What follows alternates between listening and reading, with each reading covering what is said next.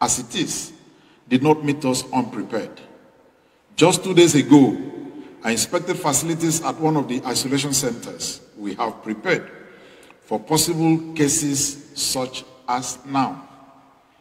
This is in addition to the already existing one in Ikorekbene, and I can assure you that other facilities are being prepared for similar use should the need for it arise.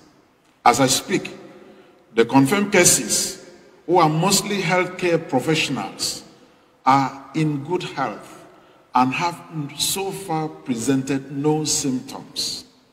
However, they've been moved to the isolation centers for proper management, and the process of contact tracing has begun.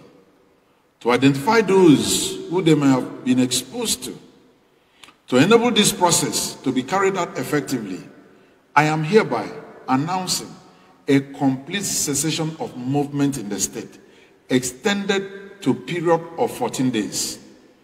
There will be no movement of persons except those on essential duties who must carry a proper means of identification on them at all times. All business premises, markets, shops, motor parks, and offices must remain closed during this period. The only exception will be pharmacies and grocery shops. All events of any nature are prohibited during this period. The relevant security agencies have been briefed, and they will ensure strict compliance with this directive. My fellow Akwa Ibomites, this pandemic is a global scale, and there is no one country or state that can claim to have been 100% ready for it. I enjoin all of you to come together so that we can win this battle. This is not the time to panic or spread fear. This is the time to strengthen our faith.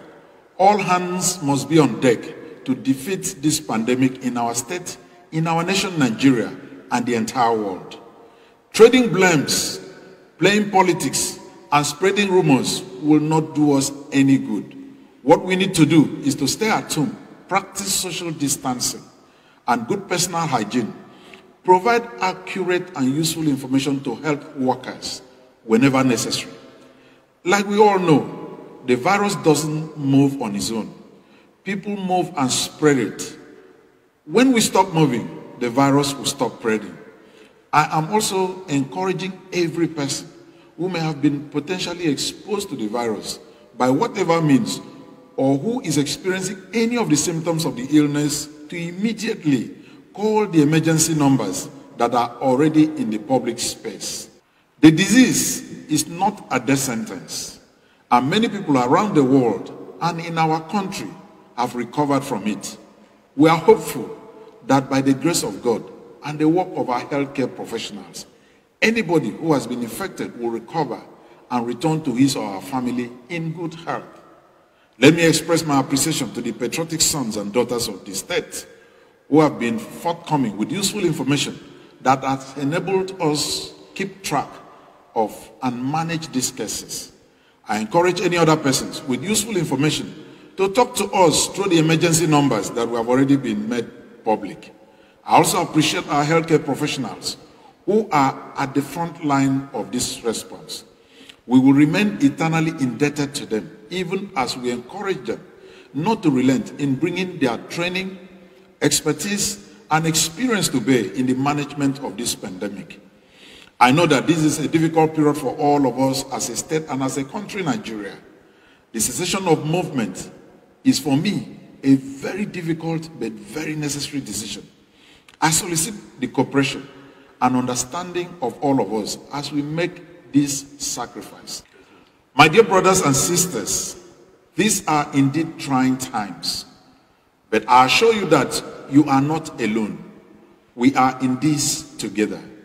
You have entrusted me with the responsibility of leading you, and on this issue, as with all other issues, I will continue to lead from the front. I can promise you that we will leave no stone unturned in the fight against this pandemic. We may have been bruised, but will not be broken. While hoping for the best, we will prepare for the worst. But rest assured that whatever that worst may be, it will not break us.